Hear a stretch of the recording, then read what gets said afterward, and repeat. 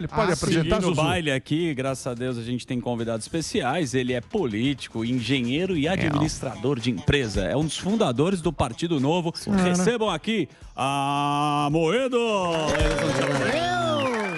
Grande Amoedo. Tudo bem, Amoedo? Tudo bem, boa tarde a todos aí. O prazer estar de volta aí, o Pânico. Boa tarde a todo mundo que está nos assistindo também aí. Boa, é bom que você está de volta porque existe aqui uma lacuna na comunicação que é a chapa tênis. Não sei se você acompanhou o programa Pânico. E estamos aqui nessa dúvida. Tem alguma opção na chapa tênis e o senhor se inclui nessa opção? Terceira via, né? Olha, eu acho que essa chapa tem que ser bem completa aí, ó. Daniel, então, assim, a minha disposição é para a gente ter uma opção lá na frente que não seja Lula ou Bolsonaro. Então, o que der para fazer, o que der para trabalhar nessa linha, eu tô dentro. Só para aproveitar, então já que você está dentro, foi o que mais polemizou foi a possibilidade de Danilo Gentili. E você teve um apoio nele, não sei se é o Twitter que você escreve, ou você tem uma equipe, mas quando Danilo Gentili falou e levantou a mão para a opção, ele é uma opção válida para você, Amoedo? Ô Daniel, na verdade é o seguinte, eu acho que todo o que o Danilo fez, no meu entendimento, ele não se decidiu ainda em ser candidato, né? Acho que o que ele quer, na verdade, é participar desse movimento da sociedade para que a gente tenha outras opções, né? Não é possível que, com mais de 210 milhões de brasileiros, a gente fique refém de Lula e Bolsonaro. Então, o que ele tem dito é o seguinte, olha, ele está muito indignado com tudo isso, ele tem lá o negócio dele, tem a vida dele, tem o trabalho dele, mas ele quer se envolver de alguma forma. Então, acho muito válido. O apoio dele, ou mesmo a participação dele em qualquer estágio, é muito bem-vinda. Diga lá, Morgadão. Pode ir? Posso fazer uma pergunta pro Amoedo? Tudo bom, Amoedo? Como estão as coisas? Menino. Tudo bom, menino? Ô, Amoedo, deixa eu fazer uma pergunta pra você. Claro. Você era a favor do voto impresso e agora você diz contra. Por quê? É só pra fazer oposição mesmo e esse ranço que a turma, inclusive a direita, tá pegando do Bolsonaro pra querer tirar ele e qualquer coisa que ele diz, todo mundo ser contra? Não, na verdade, isso foi uma pergunta que me foi feita lá atrás, em 2017, eu acho. Me perguntaram, João, você acha que seria ter o voto impresso? Eu falei, olha, acho que é assim, sempre que a gente tiver algum comprovante que deixa o sistema mais confiável, é melhor. Só que depois eu andei avaliando todo o processo que é feito pelo TSE, o isolamento das urnas, tudo como é que funciona, que elas são auditáveis, tem uma opção dos partidos para auditarem, eu achei que é desnecessário. E principalmente agora que essa discussão toda voltou única e exclusivamente como uma narrativa.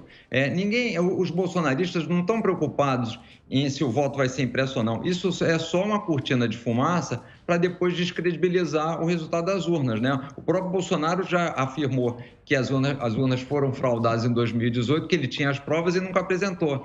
Então, eu acho o seguinte, eu até comentei sobre isso, no momento em que a gente avançou tanto na tecnologia, tem sentido voltar atrás. Então, eu refiz a minha posição. Mas acho que não é necessário... Mas, perdão, Diga. não é contraditório você falar que isso é só uma narrativa para ele depois falar mal, sendo que se tiver o voto impresso, o que está ali na urna, você pega o comprovante, viu o que é, pôs lá. Não é contraditório você falar que é para questionar, sendo que se tiver o voto impresso, vai estar lá? Vai estar lá. Vamos auditar então aqui, vamos fazer a contagem? É isso que deu. Não é contraditório você falar que você pediu uma transparência total, que aí já não tem por onde escapar, porque a gente sabe que tecnologia, com certeza, eu não sei se é ou se não é fraudado, mas consegue-se fazer. Agora, você tendo ali papel, a transparência 100%, não tem como você questionar? Não, mas veja só, primeiro que o papel nunca dará transparência 100%. E o discurso que está sendo feito não é o seguinte, o discurso o que está sendo dito se não tiver voto impresso, foram essas palavras do Bolsonaro. Certo. Se o voto não for impresso, a eleição não deve ser considerada válida. É isso que ele está dizendo. Ou seja, a gente tem há anos a eleição...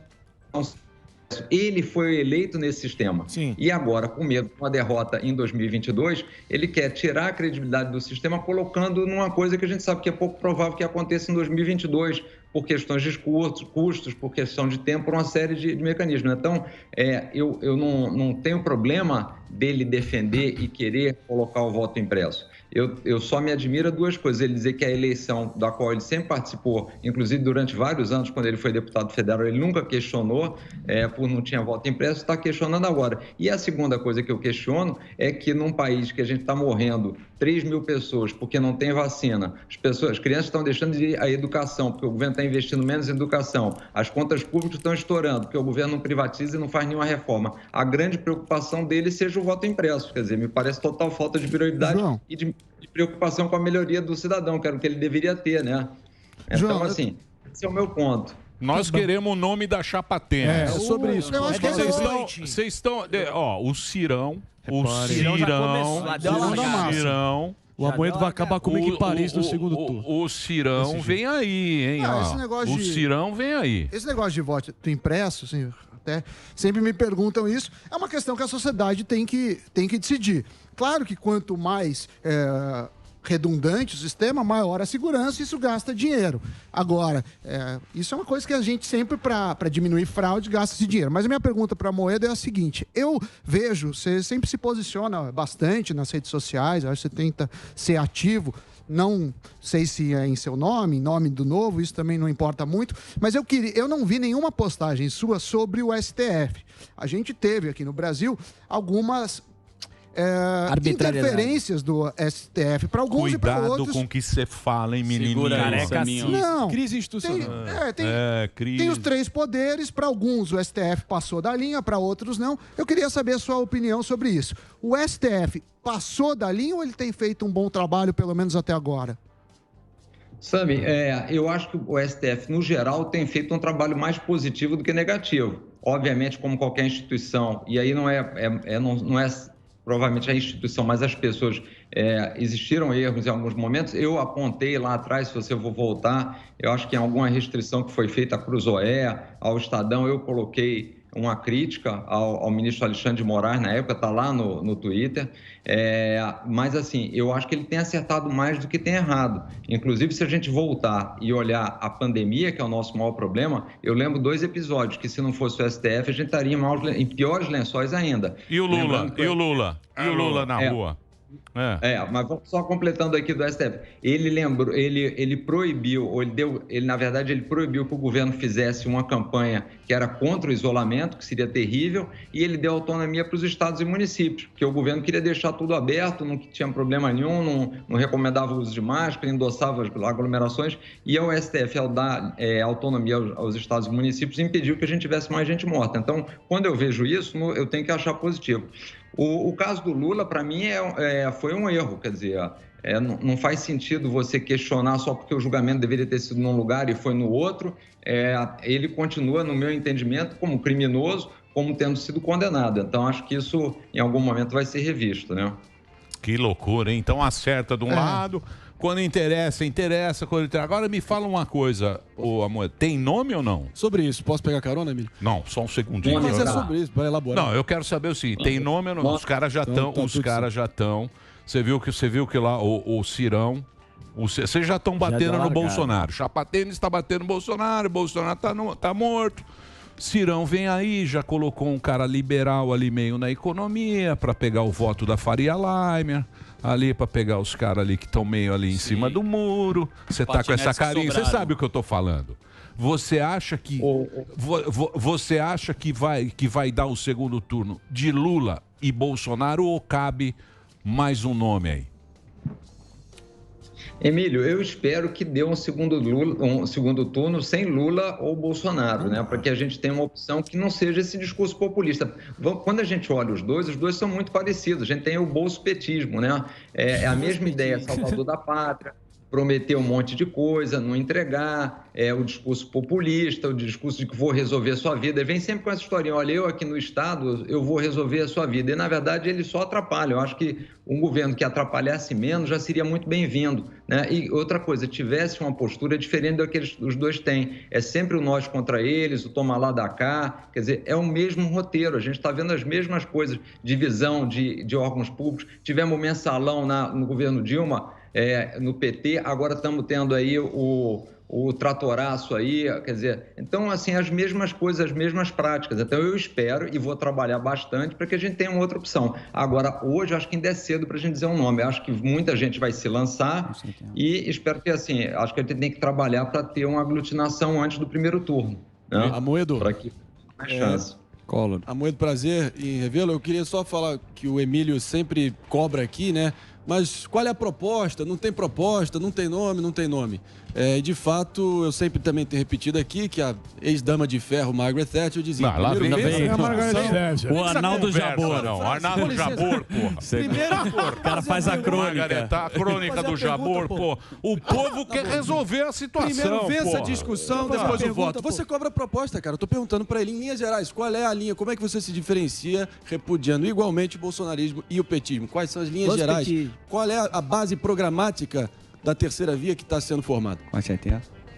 Ô, André, assim, eu não vou falar da base da programática da terceira via como um todo, eu vou falar da minha, que se eu tiver lá. Quer dizer, a primeira coisa é você ter coerência no que você apresenta. Segundo, eu proporia 3 coisas, principalmente para o Brasil. Uma, acabar com a pobreza. A gente precisa desfazer tudo que foi feito, um monte de benefício fiscal para um monte de empresa, um monte de estatal, uma educação ruim, uma carga tributária enorme e complexa. A gente precisa desfazer tudo isso para combater a pobreza. Segunda coisa, a gente tem que deixar um legado melhor para as próximas gerações, meio ambiente e sem um buraco nas contas públicas e instituições fortes. E terceiro, a gente tem que ter uma representatividade política adequada. Então, reforma política e fim de dinheiro público para partido político. Os partidos têm que concorrer, os partidos têm que ser capazes de se viabilizar por conta dos seus apoiadores, dos seus filiados, e não com verba pública, né? Então, assim, esse seria o meu tripé para a gente discutir 2023. E isso inclui as reformas, obviamente, tudo que vai fazer com que o Brasil possa ser um país que gere riqueza, né? Como é que a gente vai combater a pobreza sem educação, com uma burocracia enorme, com um Estado tão intervencionista, né? Não, agora, muito lindo no papel, Amoedo, muito lindo no papel, até subscreva ao teu tripé, mas a bigorna da realidade sempre se impõe. Então, eu queria te perguntar, o Emílio também pergunta aqui, como é que vai ser conversando com Lira? Exatamente. Lidando com o Congresso? Como é que faz uma Danilo Gentili, o Amolindo, o Marinho, de noite, velho. Para passar o projeto com o Lira. Tô aqui o projeto, vamos lá, Lira. E aí, pô, como é que é? Como é que faz uma articulação em bases republicanas sem ter que ceder ao famoso toma lá da cá? Vamos lá, André. Assim, eu acho que dá para fazer isso. A gente sempre fica nessa armadilha. Isso, para mim, é uma desculpa dos eleitos. Falar, olha, eu tenho que me acomodar. Não é isso. O sujeito, quando é eleito e quando ele deixou claro as propostas, ele tem capital político para fazer as mudanças, né? E, obviamente, eu entendo que se alguém eleger alguém que está colocando propostas como essa que eu estou falando, essa pessoa também vai estar votando em deputados que têm essa mesma ideia. Então, óbvio que a gente pode ter pessoas no Congresso de difícil relacionamento, mas isso não deve ser a maioria, porque a população vai votar diferente. Então, agora, dá para conversar, dá para deixar isso claro, dá para ser transparente, só que você tem que fazer isso logo que você entra para governar. O que o Bolsonaro fez? Ele entrou e não conversou com ninguém. E depois de um ano resolveu conversar e fazer as mesmas práticas anteriores com o Centrão. Tudo que ele tinha dito que não ia fazer, o toma lá da cá, ele não fez. Então, assim, isso é que a gente tem que mudar, isso é que a gente tem que fazer diferente. Eu acho sim que dá para fazer. Quando a gente começou a montar o partido, eu via muito isso. João, como é que vocês vão montar um partido sem político, sem fazer as alianças? Não é que a gente montou, não é que a gente conseguiu as assinaturas, não é que a gente elegeu deputado federal, deputado estadual, vereador, governador, prefeito. Então, dá para fazer. Eu não compro essa tese de que a gente tem que ser refém desse modelo ruim que está aí e morrer abraçado com ele, não. Mas como está o Partido Novo? Porque teve aquele imbróglio, eu diria, com o Sabará que veio aqui, teve essa discussão. Tem liderança no partido. Eu queria que você pontuasse e falasse um pouco dessa história aqui também. E aproveitando, né, o Novo, quando surgiu, eu lembro que as pessoas abordavam na rua. Você já conhece o Novo? Tinha uma coisa assim, nós temos processo seletivo, tudo. Até veio aqui na segunda o Daniel José.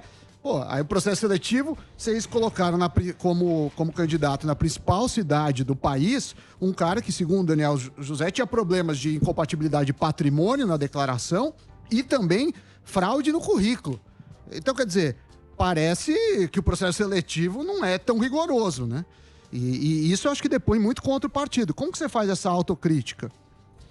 Sami, eu acho interessante, quer dizer, a gente, na verdade, só para voltar, nós tivemos aí uma quantidade enorme de candidatos a vereador em 2020, tivemos aí também uma grande quantidade, 30 e poucos candidatos a prefeito, e a gente teve problema com um deles. Né? Principal cidade. Óbvio, óbvio que foi muito ruim, porque foi na principal cidade do Brasil. Então, houve um erro ali. Agora, eu acho que duas coisas. Isso não inviabiliza que a gente tenha um processo seletivo. E a outra coisa que ficou clara também é o seguinte: nós tivemos um erro e o partido teve a coragem e teve o timing correto para tirar esse candidato, né? Então, ele era um candidato, mas ele não foi eleito. Em vários partidos, a gente sabe disso, provavelmente ele teria continuado, eventualmente teria sido eleito, teria feito uma gestão que ia gerar vários problemas para a administração pública, se fosse o caso. Mas o partido, então, errou no processo, mas não errou depois dos procedimentos. Acho que o que fica é o ensinamento. A gente tem que continuar com o processo, tem que ser mais rígido ainda. É difícil porque as pessoas têm uma aversão a vir para a política, então a gente também, o partido é cobrado, por que vocês não lançam mais candidatos? A gente foi muito cobrado sobre isso. Por que lançaram só 30 e poucos, não lançaram 300?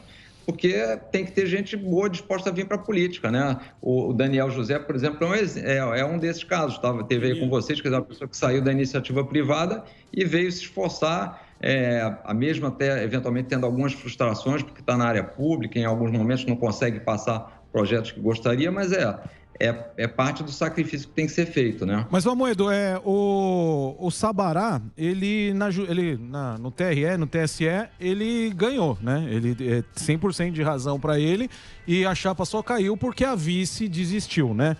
Então, o que ele sempre alega é porque parece que o partido queria que ele fosse contra o governo federal e ele é alinhado mais ao Bolsonaro. Inclusive, o Bolsonaro parece que daria apoio a ele.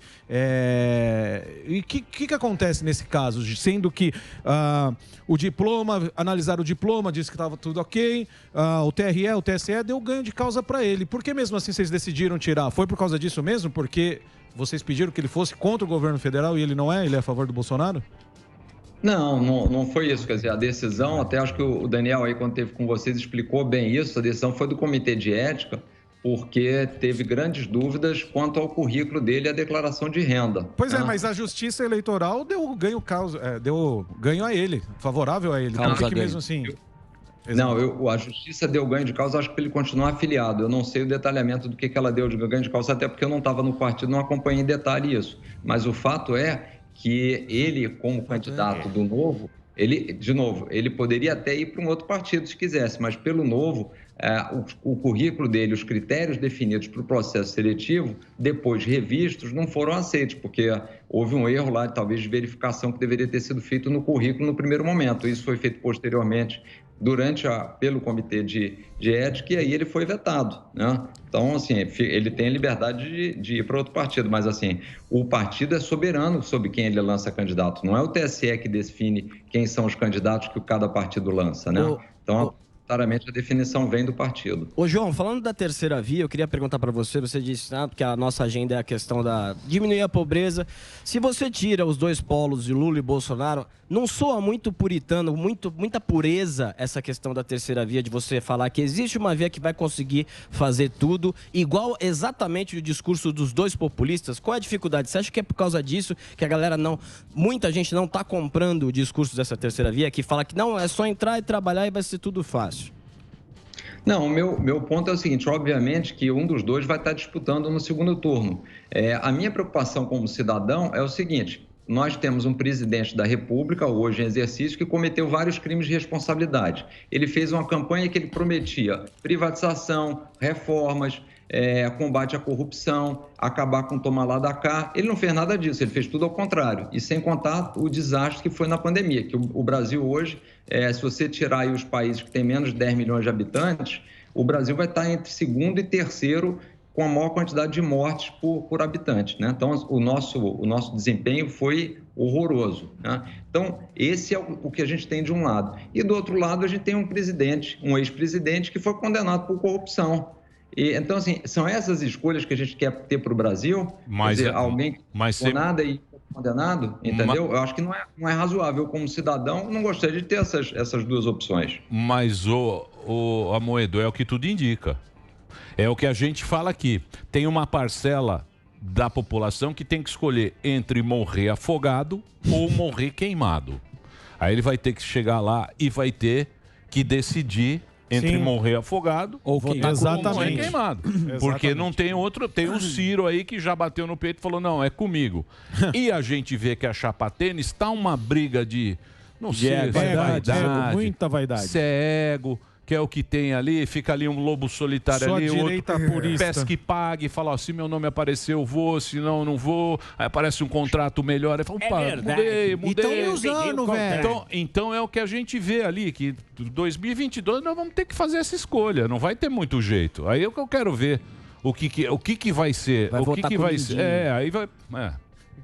Ô, Emílio, mas eu acho o seguinte, a gente ainda tem muito tempo até 2020. Não tem tempo, não. Tem tempo. Tá igual o Marinho. Ô, Moedo, por que vocês não lançam o Zema? Por que o Novo não lança o Zema? Parece que... É um bom nome, né? É um bom nome. O cara tem 70% de aprovação. Você falou que não consegue enxergar ele contra o Bolsonaro. Eu vejo como um bom nome. Ele é um cara que está fazendo um governo bacana lá em Minas Gerais. Ele tem 70% de aprovação. Você não acha que ele seria, com todo respeito, um nome melhor que o seu para disputar a presidência, ser esse lance da terceira via, tendo em vista que a aprovação dele e ele já como um cara que todo mundo está vendo como ele sabe governar, fosse um bom nome para a presidência, não? E você é a favor de investigar os repasses dele também? Nossa, você... Não, só para deixar claro. Posso fazer a pergunta para ele? Já tá feito. Vamos já. perguntar, Já 70% tá de feito, aprovação. Meu Deus do Investiga céu. os repasses também, ué. Meu Deus do céu. Coerência. Mas vai lá, Moedo. Não. A análise do Zema é o partido e ele, né? Ele tem que tomar uma decisão se ele quer sair candidato à presidência ou quer sair candidato ao governo de Minas, à reeleição. Agora, o meu ponto é, nós precisamos ter, acho mais provável a gente ter o Lula no segundo turno e menos provável ter o Bolsonaro. Então, nós precisamos ter um candidato que enfrente o Bolsonaro e se coloque como oposição ao Bolsonaro. E eu não vejo o Zema se colocando como oposição ao Bolsonaro. Ele não se coloca como oposição ao Bolsonaro. Isso é claro nas entrevistas, nas declarações.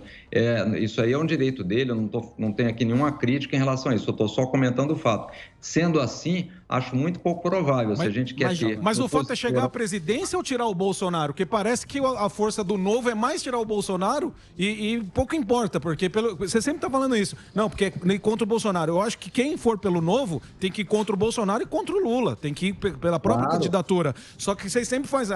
ele não vai contra o Bolsonaro. Eu não consigo entender esse lance do Novo.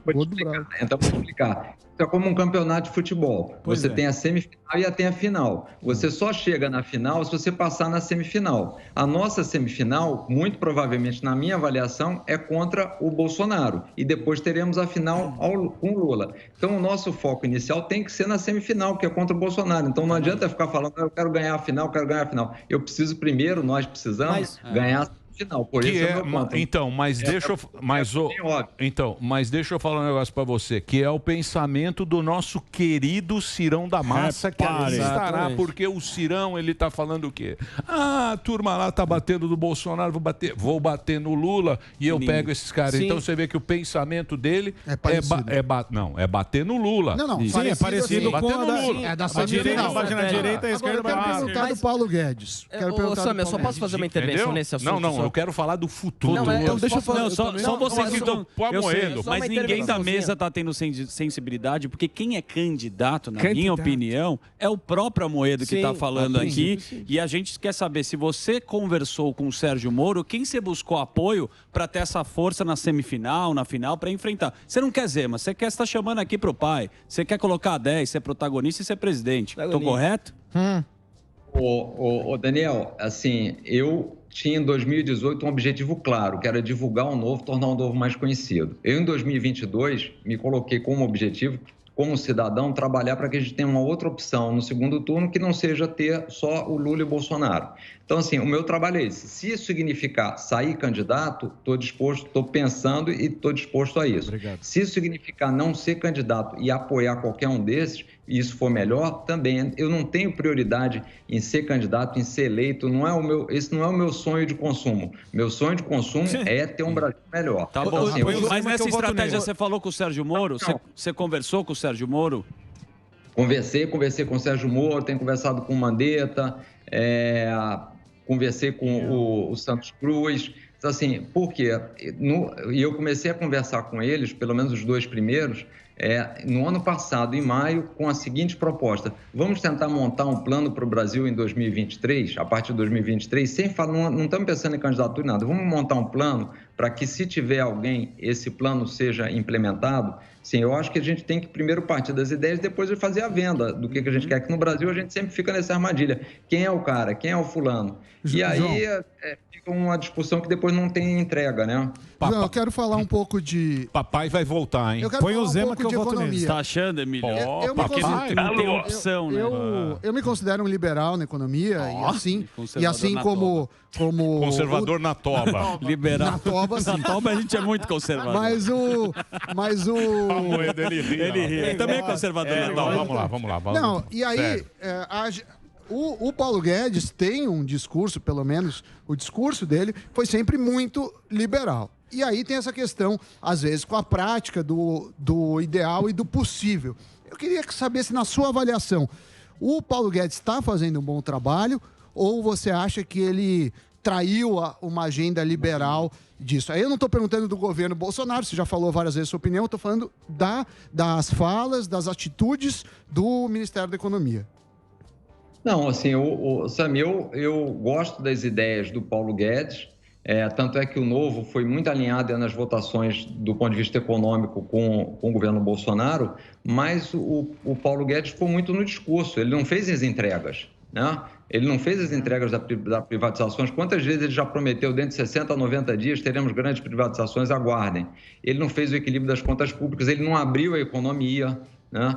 Então, assim, ele pecou na execução. E esse é sempre o problema das coisas, né? As ideias são boas, o discurso é bom, mas o problema no dia a dia, a gente até está falando sobre isso agora, o problema é quando você chega na hora da execução. E ele foi muito mal na execução. Ele não negociou com o Congresso, ele não teve uma postura de buscar mais diálogo, né? E acho que com isso ele não está fazendo entrega nenhuma. E ainda tem se metido volta e meia em discussões onde ele não deveria estar, né? Com opiniões sobre a China, coisas do tipo, que lembram um pouco a atuação do governo como um todo. Então, na minha avaliação, ele tem ido mal no governo. Muito bem. Bom, a gente espera o nome, né? A gente espera o nome, tem o discurso. Traz o Zema. O Marinho aqui, ele fala, faltam 500 dias. Aí ele fala o seguinte, 2 errados não fazem um certo. Discursinho. Queremos nomes. Amoedo, queremos nomes. Na próxima, tomara que venha o nome aí. E você sabe que você tem o espaço aberto aqui no programa para sempre a gente bater um papo. Tá vendo, né, Amoedo? Sempre é muito gostoso. Me ajuda lá. Me ajuda. Me ajuda não, pô. É nome. Tá ajoelhando pro Amoedo, pro Dória. Caiu na minha conta essa conta, essa bucha aí. Somos de nome. Amoedo. Se trouxer o Zema, eu penso em votar nele também. Então. Se trouxer o Zema. Obrigado, viu, João Amoedo. Aqui, ó, no Instagram é @João Amoedo Novo. E o pessoal que vem aqui, os deputados querem mais gente para poder trabalhar no gabinete. Isso que tá muito difícil. Tá apertado. Tá apertado lá, viu, ô João? Não tem café. Você chega lá no gabinete, não tem café. De gente... Não, o negócio de gente, eles têm uma equipe muito boa e a gente faz economia, porque senão tem uma turma aí que a gente conhece bastante, coloca um monte de gente e depois fica fazendo rachadinha, né? A turma do Novo não é disso. Então eles não vem não. Não vem não. Precisa pôr, eles querem Nespresso, café gelado. Você vai no gabinete, café gelado, não tem secretário, os caras têm que ficar trabalhando de cerveja. Isso, exatamente. Obrigado, viu, Amoedo? Um abração pra você. Um abraço. Valeu. João Amoedo, queremos conversou com a gente.